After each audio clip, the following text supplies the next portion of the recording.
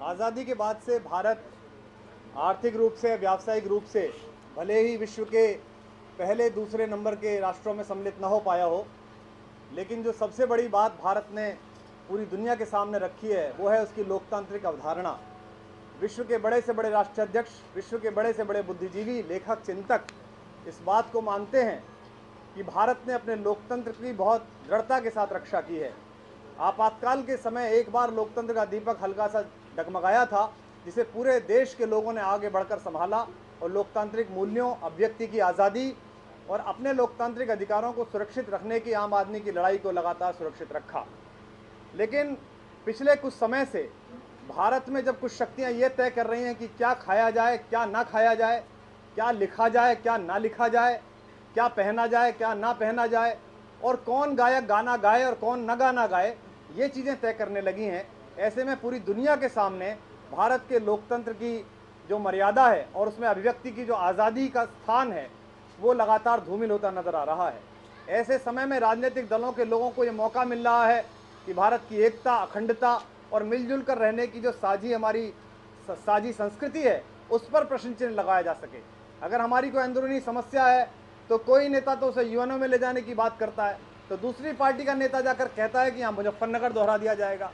साहित्य अकादमी प्राप्त या विश्वविद्यालयों के कुलपति रह चुके ऐसे लोग जिनके काम की पूरी दुनिया में प्रशंसा है, जब पानसरे, कलबुर्गी और दाभोलकर जैसे चिंतकों की निर्मम हत्या कर दी जाए, जब एक किताब की लॉन्चिंग के लिए एक पुराने महत्वपूर्ण राजनेता का मुंह सरेआम काला कर दिया जाए, जब पूरी दुनिया में संगीत के माध्यम से सद्भाव फैलाने वाले एक गायक को चुनौती दे दी जाए कि वो बम्बई में कार्यक्रम करके दिखाया ना दिखाया जाए, ऐसे में अंगोला में हुए बम विस्फोट तक पर चिंता प्रकट करने वाले, विश्व में किसी क्रिकेटर की मृत्यु हो जाने पर भी गहन दुख में चले जाने वाले अत्यधिक संवेदनशील माननीय प्रधानमंत्री जी जब चुप रह जाते हैं तो ऐसी ताकतों को बल मिलता है जो इस प्रकार की घृणा पूरे देश में फैला रही हैं। प्रधानमंत्री जी की चुप्पी से इस असहिष्णुता को और बल मिल रहा है।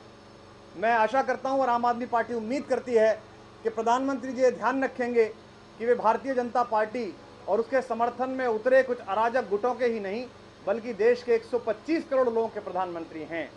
और हम आशा करते हैं, हम कामना करते हैं कि भारत रत्न आदरणीय अटल बिहारी वाजपेयी जी शीघ्र स्वस्थ हों ताकि वो प्रधानमंत्री जी को पुनः राजधर्म की याद दिला सकें, जिसमें उन्होंने कहा था कि राजा के लिए प्रजा प्रजा में भेद नहीं होना चाहिए। और हमें यह भी आशा है कि इस बार आदरणीय श्री नरेंद्र मोदी जी साहब हम ऐसा ही तो कर रहे हैं ऐसा कह के काम नहीं चलाएंगे, वो सचमुच में इन चीज़ों में अंकुश लगाएंगे। अभी 16 साहित्य अकादमी पुरस्कार प्राप्त विद्वानों ने अपना सम्मान विरोध स्वरूप लौटाया है, जो कि देश के लिए बहुत चिंता की बात है। ऐसे में कला, साहित्य और संस्कृति के मानद प्रतिष्ठानों में अक्षम और कमोबेश अयोग्य लोगों की नियुक्ति करके भारतीय जनता पार्टी की केंद्र सरकार कला संस्कृति के साथ वही करना चाहती है जो पीछे कांग्रेस की सरकार किया करती थी। ऐसे में उसकी निष्पक्षता संदेह के घेरे में आ जाती है। दरअसल अखलाक के साथ, स्वर्गीय अखलाक के साथ जो दादरी में हुआ वो तो दर्दनाक था ही। सबसे दर्दनाक उनके छोटे भाई का ये कहना था कि मेरे पिताजी मेरे दादा की कब्र दिखाया करते थे कि यहाँ तुम्हारे दादा आराम फरमा रहे हैं, यानी कि इस गांव से मेरा 200 साल का रिश्ता है। उस भाई ने हमसे कहा, मैं और श्री अरविंद केजरीवाल जी हम गए थे, उन्होंने मुझसे कहा कि ये मेरे भाई का कत्ल नहीं हुआ है, 200 साल पुराने भरोसे का कत्ल हुआ है। ऐसे समय में अगर प्रधानमंत्री जी विश्व के दूसरे देशों में जाके सेकुलर शब्द का मजाक उड़ाएं, उन्होंने संस्कृत में जब उनका सम्मान हुआ विदेश में तो उन्होंने कहा कि भारत के सेकुलर परेशान हो जाएंगे। भाई इसमें क्या परेशानी है?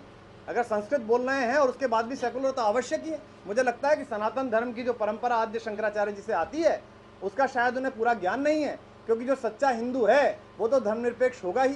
क्या उन्होंने सेकुलर शब्द का मजाक उड़ाकर पूज्य बाबा साहब भीमराव अम्बेडकर द्वारा दिए गए भारत के संविधान की भूमिका में लिखे हुए धर्मनिरपेक्ष शब्द का मजाक नहीं उड़ाया? क्या ही अच्छा होता कि वो छद्म सेकुलरिज्म कहते, छद्म धर्मनिरपेक्षता कहते। तो प्रधानमंत्री से हमारा अनुरोध है कि अगर भारत सरकार ने किसी नागरिक को वीज़ा दिया, वो किसी भी देश का हो, तो उस वीज़ा के माध्यम से पूरी दुनिया के सामने इस बात की गारंटी दी कि वो नागरिक अगर भारत आएगा तो उसके आने जाने में भारत सरकार की सुरक्षा होगी। ऐसे में अगर शिवसेना विरोध कर रही है, जो शिवसेना केंद्र में और राज्य में पार्टनर है भारतीय जनता पार्टी की, तो ये मिली जुली नूरा कुश्ती है। शिवसेना कहती है कि भारत में पाकिस्तानी गायकों को नहीं आने देना चाहते हैं हम, हमारा ये विरोध है। अच्छा होता कि आप इस विरोध को इस सरकार से बाहर निकल कर करते। आपने मोस्ट फेवर्ड नेशंस में पाकिस्तान को डाल रखा है। आप पूरी दुनिया से उम्मीद करते हैं कि पाकिस्तान को आतंकवादी देश घोषित करे। अरे आप स्वयं घोषित नहीं करते हैं तो देश पूरी दुनिया कैसे घोषित करेगी?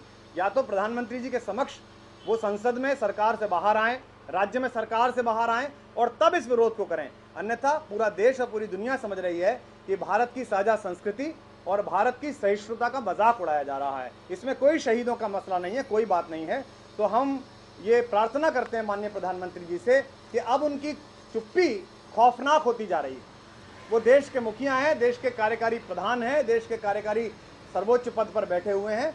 वो अपनी इस चुप्पी से बाहर आएँ, देश को आश्वस्त करें कि अगले कोई दाभोल कर, अगले कोई ऐसे व्यक्ति की हत्या हमें नहीं देखनी पड़ेगी जो अपना निजी विचार रखता हो। आम आदमी पार्टी इन सब हत्याओं पर और साहित्य अकादमी के जो पुरस्कार लौटा रहे हैं उन तमाम साहित्यकारों के विक्षोभ पर अपनी चिंता व्यक्त करता है। और आम आदमी पार्टी की दिल्ली सरकार और हमारी स्वयं की पार्टी उन सब साहित्यकारों के साथ खड़ी हुई है जो अभिव्यक्ति की आज़ादी के माध्यम से अपनी बात कहना चाहते हैं।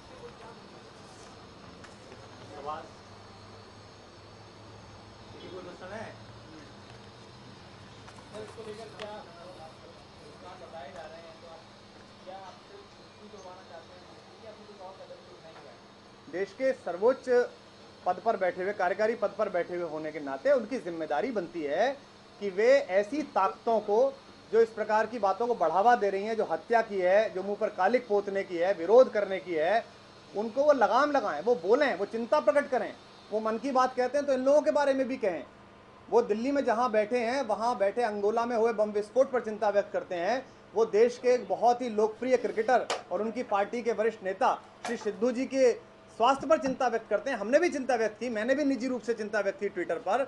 वे दूसरे देश में दिवंगत हुए एक युवा क्रिकेटर पर बहुत दुखी हो जाते हैं। ऐसे में अपने ही देश में एक भीड़ द्वारा मारे गए आदमी की मृत्यु पर उनकी मुंह से टिप्पणी नहीं निकलती है। इससे उन सब ताकतों को बल मिलता है जो ऐसी घटनाएं कर रहे हैं। उनके खुद के पार्टी के एक नेता जाकर वो कहते हैं मुजफ्फरनगर दोहरा दिया जाएगा, इसको बल मिलता है। तो ऐसे खतरनाक समय में अगर देखिए, साहित्य समाज का आईना है, जो साहित्य कह रहा है वो समाज कह रहा है। तो अगर देश के 16 बड़े साहित्यकारों, केवल एक जगह के नहीं हैं, पंजाब के हैं, कर्नाटक के हैं, महाराष्ट्र के हैं, गुजरात के हैं, अलग अलग जगहों के अलग अलग भाषाओं के सर्वश्रेष्ठ विद्वान अपना पुरस्कार लौटा रहे हैं सरकार को, और ये कहकर लौटा रहे हैं कि वे लोग सुरक्षित नहीं है, विचार की आज़ादी सुरक्षित नहीं है। आदरणीय आडवाणी जी ने, जब आदरणीय नरेंद्र मोदी जी का चयन किया गया था कैंपेन कमेटी के चेयरमैन के रूप में, उस समय यही बात कही थी कि उनकी पार्टी में ऐसी ताकतों को बल मिलेगा जो दूसरा विचार सहमत नहीं करती। उन्होंने स्वयं कहा कि आपातकाल लगने वाला है, आपातकाल के लक्षण है इस देश में। और आज उन्होंने सुधीन कुलकर्णी के साथ हुई घटना पर भी कहा है कि इससे कुछ बड़ी आहटें मुझे मिल रही हैं, इस बात पर चिंता व्यक्त की जानी चाहिए। हम सब लोग आज अटल जी की उस नसीहत को बहुत मिस कर रहे हैं और हम प्रार्थना करते हैं ईश्वर से कि वे ऐसी स्थिति में आए कि वे खड़े होकर माननीय प्रधानमंत्री जी को पहले दी गई सलाह को दोहरा सकें कि वे राजधर्म का पालन करें। राजा के लिए प्रजा प्रजा में भेद नहीं होना चाहिए। आपको लगता है कल जो बैठक हुई विधायक के साथ बदूरी थी, क्या मकसद था उसका? एक परिवार को लगातार बैठना चाहिए। मुझे लगता है ये लेट हुई, पहले होनी चाहिए। आपको लगता है कि इस मसले को लेकर हुई वो बात सही तरीके से रख पाए? आपकी हिदायत देनी थी या फिर जो असीम अहमद खान ने किया वो फिर से दोबारा ना हो? माननीय मुख्यमंत्री जी ने विधायकों से अपनी स्थिति से बात की। जो पार्टी के नेता है, पार्टी के साथी कार्यकर्ता है, उन्होंने ये कहा कि 5 वर्ष पहले जो आंदोलन शुरू हुआ था, कुछ भी करने से पहले उन करोड़ों लोगों के बारे में सोचिए जो भारत को बदलने की आकांक्षा आपके माध्यम से रखते हैं। आप तो फिर भी विधायक हैं, आप तो फिर भी मंत्री हैं, आपके पास तो फिर भी वेतन आता है, आपको तो फिर भी सरकार की कुछ सुविधाएं प्राप्त हैं, लेकिन वो जो लाखों लोग, कार्यकर्ता, लड़के लड़कियां अपना जीवन दांव पे लगाकर काम करते रहे हैं, वे जो करोड़ों लोग जो मोमबत्ती लेकर निकले थे, वहाँ से सोचना शुरू करिए। और मुझे लगता है कि अगर ये संवाद लगातार रहेगा पार्टी का विधायकों के साथ और मुख्यमंत्री जी का पूरे परिवारों के साथ उनके, तो इससे ज़्यादा पारदर्शिता आएगी और भविष्य में हम कोशिश करेंगे कि जिस सकारात्मक और पारदर्शी राजनीति के लिए हम लोग निकले वो पूरी हो पाए। लेकिन जो मल्लिक हैं जिनके बारे में इमरान जी कह रहे हैं, उनका तो कहना है कि वो पार्टी के साथ जुड़े हुए, तो क्यों ना माना जाए कि वो जो स्टिंग हुआ वो पार्टी के द्वारा प्रायोजित स्टिंग किया गया था उनको हटाने के लिए। मैं सबसे पहले तो ये जानना चाहता हूँ कि कोई भी बात कहने से पहले उसकी प्रामाणिकता जांच लेनी चाहिए, क्योंकि कोई भी अगर किसी की शिकायत करता है तो एक सामान्य नियम है कि शिकायतकर्ता का नाम सामने नहीं लाया जा सकता। अब चूंकि मामला सीबीआई को उसी दिन शाम को अग्रेषित कर दिया गया है, तो बॉल सीबीआई के पाले में है। सीबीआई जिस व्यक्ति ने शिकायत की है उसने, साक्ष्यों की क्या सत्यता है वो, और दूसरे वाले पक्ष को सुने और हमें बता दे। हमने चीज़ पकड़ी, बाहर कहीं नहीं, हमने स्वयं ने इस बात का संज्ञान लिया, स्वयं पकड़ा, स्वयं शिकायत मिली। अब सीबीआई के पाले में गए, सीबीआई हमें बताया। पार्टी का आदमी नहीं है, क्या पार्टी ये कहती है? मैं आपसे फिर कहना चाहता हूं कि जो भी व्यक्ति शिकायत करता है, एसीबी तो अब डिफंग हो गया है, वहाँ तो कोई काम होता नहीं है, क्योंकि मोदी जी ने वहाँ अपने एक व्यक्ति को बिठा दिया जो काम नहीं करने दे रहा है। जब भी किसी ऐसे संस्थान, ऐसी संस्था के पास कोई शिकायत आती है तो उसका एक प्राथमिक और प्राकृतिक नियम है कि शिकायतकर्ता का नाम नहीं गुप्त रखा जाता। ये हो सकता है आपकी जानकारी और आपने पुष्ट कर ली हो, मेरे पास ऐसी कोई सीबीआई नहीं है कि मैं जानकारी। जो आरोप असीम अहमद पे लगे थे वही इमरान हुसैन पर असीम अहमद ने लगाए। आपको लगता है कि वही हालात फिर से बन जाएंगे? उनको आपने मंत्री बना दिया है। मैं आपसे आशा करता हूं, उम्मीद करता हूं कि अगर कभी भी किसी के बारे में, इमरान मलिक छोड़िए, किसी के बारे में अगर कोई इस प्रकार के आरोप हो और इसी तरह का पुख्ता साक्ष्य किसी के भी पास हो तो वो हमारे पास लिया है। जिस त्वरित तरीके से मुख्यमंत्री जी ने 24 घंटे के अंदर कार्रवाई की, मैं आपको विश्वास दिलाता हूं कि 24 घंटे के अंदर फिर कार्रवाई। क्या पार्टी ने इमरान हुसैन के ऊपर जो असीम अहमद ने आरोप लगाए भ्रष्टाचार के तमाम शिकायतों पर, क्या पार्टी ने चर्चा की, जिक्र किया इसका? पार्टी के पास असीम अहमद जी के ऑफिस छोड़ने के बाद कोई संपर्क उनसे नहीं हुआ है। आपसे जो उन्होंने संपर्क कर लिया होगा तो आपके माध्यम से हो तो वो भी हमें भिजवा दीजिए, हम उन पर संज्ञान लेंगे। ये प्रधानमंत्री जी की जो छुट्टी है, इसका आप जो बोले हैं, क्या इसमें इनको इनकी मौन स्वीकृति है क्या कांग्रेस फोर्सेस के लिए? निश्चित रूप से संस्कृत का बहुत सम्मान करते हैं प्रधानमंत्री जी, लेकिन शायद उन्होंने संस्कृत में श्लोक नहीं पढ़ा होगा, मौनम स्वीकृति लक्षणम। मौन स्वीकृति का लक्षण होता है। अगर वो चुप है, लगातार नहीं बोल रहे हैं, तो उन सारी ताकतों को स्वीकृति मिल रही है। और मैं आशा करता हूँ कि जिस हिंदू धर्म की उनके जो समर्थक ग्रुप बात करते हैं उसके मूल आद्य सनातन स्वरूप को पढ़ें तो वो ये पाएंगे कि विपरीत विचारों को स्वीकार करने की जो क्षमता सनातन धर्म में है वो दुनिया में बहुत कम जगहों पर है। तो कम से कम उसका ही पालन करें। अगर कोई विपरीत बोल रहा है तो उसे स्वीकार करें। हिंदू मुसलमान गरीबी से लड़ते नहीं, वो देखिए, वो जो कह रहे हैं और कर रहे हैं उसमें दोनों में अंतर है। अगर ऐसी बात है तो उनके पास 20 किलोमीटर की जगह थी, वो चले जाते, वो सैफई जा सकते हैं एक शादी में भाग लेने के लिए। वो दिग्विजय सिंह जी जो उनके बहुत पुराने आत्मीय मित्र हैं, जिनके साथ उनके बड़े अच्छे संबंध हैं, उनके पुत्र के मंगल में जा सकते हैं, जाना चाहिए एक दूसरे के मंगल में। लेकिन एक अमंगल हो गया पड़ोस में 20 किलोमीटर दूर, अगर वहां भी उनका आश्वस्ति भरा हाथ उस कंधे पर चला जाता तो पूरा देश समझता कि प्रधानमंत्री केवल एक वर्ग विशेष के नहीं है बल्कि हिंदू मुसलमान सिख ईसाई सबके हैं। बहुत बहुत धन्यवाद।